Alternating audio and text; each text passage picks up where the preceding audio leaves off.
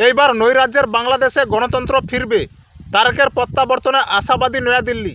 17 বছর পরে বাংলাদেশে ফিরেছেন প্রাক্তন প্রধানমন্ত্রী খালেদা জিয়ার পুত্র এবং বিএনপির শীর্ষ নেতা তারেক রহমান। তার প্রত্যাবর্তনে নয়াদিল্লি যে যথেষ্ট আশাবাদী সেই বাতাবরণ অত্যন্ত স্পষ্ট, কারণ তারেক দেশে ফিরে যে বৈষম্যহীন দেশ গঠনের ডাক দিয়েছেন তাতে পরিস্থিতি বদল হতে পারে বলে মনে করছেন নয়াদিল্লি। তার এই প্রত্যাবর্তন ঢাকার বর্তমান প্রেক্ষাপটে অত্যন্ত তাৎপর্যপূর্ণ বলেও মনে করছেন রাজনৈতিক মহল। প্রতিবেশী দেশের এই পরিবর্তনশীল পরিস্থিতির দিকে সতর্ক নজর রাখছেন ভারতও।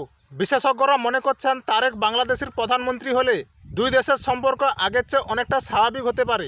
এক্ষেত্রে তারেকের বক্তব্য আশা জানাচ্ছে শান্তিকর্মীদের মনে। বৃহস্পতিবার দেশে ফিরে তারেককে বলতে শোনা গিয়েছে, এমন বাংলাদেশ গড়ে তুলব যা স্বপ্নে দেখিনি। দেশের মানুষের জন্য, দেশের ভাগ্যের পরিবর্তনের জন্য আমার সুনির্দিষ্ট পরিকল্পনা আছে।